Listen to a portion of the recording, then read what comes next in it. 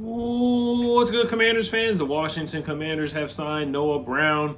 So Adam Peters did cook with this one. I've been disagreeing with Adam Peters for the most part, or questioning some of the moves that he's made, but him trading John Ridgeway definitely cleared up the roster spot. They were at 52 guys, so that helped them bring in Noah Brown to fill in that last roster spot. So they gave away John Ridgeway in a seventh to bring back a sixth and then sign Noah Brown. So he had a couple moves, he had a move lined up and then had a domino fall to make a move happen. So that is textbook general manager GMing by Adam Peters. So he's cooking it up. I like this move a lot.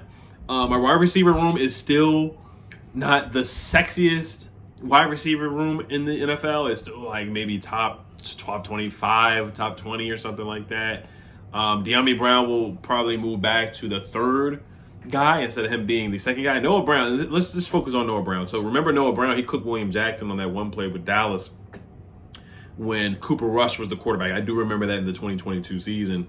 That game he had 3 catches for 61 yards and a 45-yard catch. The 45-yard catch is probably the one that I'm talking about that he had on William Jackson, but he was a 7th-round pick. He was a 7th-round pick. I did not know that. He was a 7th-round pick. And guess what? Last year, he had back-to-back games of 100 yards. Back-to-back games of 100 yards. And guess who those games were against? The Tampa Bay Buccaneers that we played against week 1. He had 153 receiving yards. That is perfect. We have a guy that knows how to beat the Tampa Bay Buccaneers secondary, and he should be a nice help to Terry McLaurin and Jaden Daniels. So, and the Buccaneers defense, they give up a lot of passing yards. They gave up a lot of passing yards last year. They were 28th in passing yards allowed. Now, Noah Brown, he had 6 catches for 153 yards and 1 touchdown, and he had a 75-yard catch as well. Now, he did play with C.J. Stroud, who's a good quarterback, but he was like the third option. It was Tank Dell, Nico Collins. They had a couple other guys. So he was like the third option really on that team, really the third or fourth option. But he played really well and made the most out of his opportunities. The Bengals, who we play on Monday Night Football, he had 7 catches for 172 yards. The guy almost put up 200 yards. Almost put up 200 yards on the Bengals. You know, he already put 1 stack. He almost put 2 stacks on the Bengals. He didn't have any touchdowns, but he had a 34-yard catch in that game. So 7 catches for 172 yards. Then against Tennessee in overtime, he had 8 catches for 82 yards and a touchdown. Carolina had 3 catches and 57 yards. And then New Orleans had 2 catches and 37 yards in that game. And then he kind of went ghost against the Jets, had 0 catches.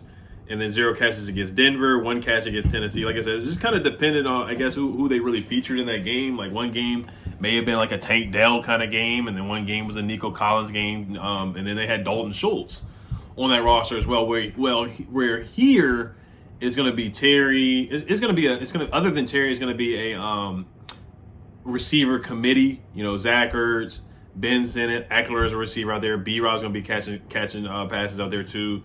And De'Ami, and then Zacchaeus as well out there. So I'm excited, man. I think this is a great pickup, man. Look at his numbers. He's gotten better each year by year. And he's on the upward trajectory. How old is he? He is 28 years old, which is on kind of the older side, but not bad. He went to Ohio State, too. I didn't know that either. He went to Ohio State. So there's a connection there with Terry McLaurin and a couple guys. I'm not sure if he was there at the same time. But he has some familiarity with Terry there a little bit, some kind of connection and whatnot. But his rookie year, played in 10 games, had 7 starts, and he had 33 catches. His rookie year, he had 4 catches for 33 yards. He got better each year, 5 catches for 54 yards his sophomore season. And then his third season, he went up to 154. His fourth season went up to 184 receiving yards. And then his fifth season, he went up to 555 receiving yards. And then this last season, he had 567 yards receiving. So he's gone up every year. Every year he's improved in his yardage. 60% catch percentage, which is not bad either at all, which is pretty solid.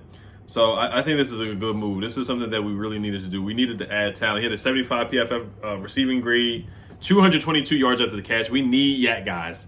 We need more yak guys. 24 first downs last year and then 2 touchdowns. I do remember he had that bad drop with Dallas, but that was a couple years ago against the Jaguars where the game was in overtime, and he dropped a wide open pass. But in that game, he had 2 touchdowns. So I'm intrigued, man. I'm excited to see this guy. I think he's somebody that can come in and help and definitely give us at least 500 yards. We just needed a pulse other than Terry McLaurin. We just needed a pulse. And I like Diami, but I just got to believe it to see it. And I know Brown can play on the outside too, so I got to see if he's, he can play on the inside as well, move him around a little bit. Let's see how tall Noah Brown is as well. Noah Brown's about 6'2", 225 pounds. So we don't get a guy who is a big fella, but I mean, he's got a little bit of size on him for sure. Let me see his if they got like his 40-yard dash and stuff like that. I like seeing that stuff. And his vertical leap, and just to see the athleticism there for Noah Brown before I wrap it up here. And Noah Brown, they don't even have his measurables in here, so I don't even think he did the combine, but he had a 71 athleticism score. He did 19 bench press reps, 4.33 20-yard shuttle, 7.07 3-cone drill as well. Good red zone threat. And then he was honorable mention All Big Ten, 32 catches for 402 yards and 7 touchdowns at Ohio State as well. So this is something we needed. So they have not come up with the contract details just yet, but this is a heck of a signing to make this up. Now, I would have loved for it to be Jahan or Terry, Jahan, and Noah Brown. I would have felt a lot more comfortable with that group. I know people, it is what it is. Jahan is gone, so it is what it is. But I would have liked that trio. But I think this is a good duo with Terry and Noah Brown, and then Zach Ertz, Ben Sinnott, Eckler, Diami Brown if he breaks out. So I think this is a good start to build to the receiving core. And we'll see if this is like a 1-year deal or something like that. And because my biggest concern, knock on wood, is if Terry's not able to play, then who else is going to be able to step up? And I think Noah Brown's a guy that can do that. Where defense is going to be like, hey, okay, this guy Noah Brown could hurt us. We got to guard him. It's not like we can just take Terry out of the game and then everybody else is done.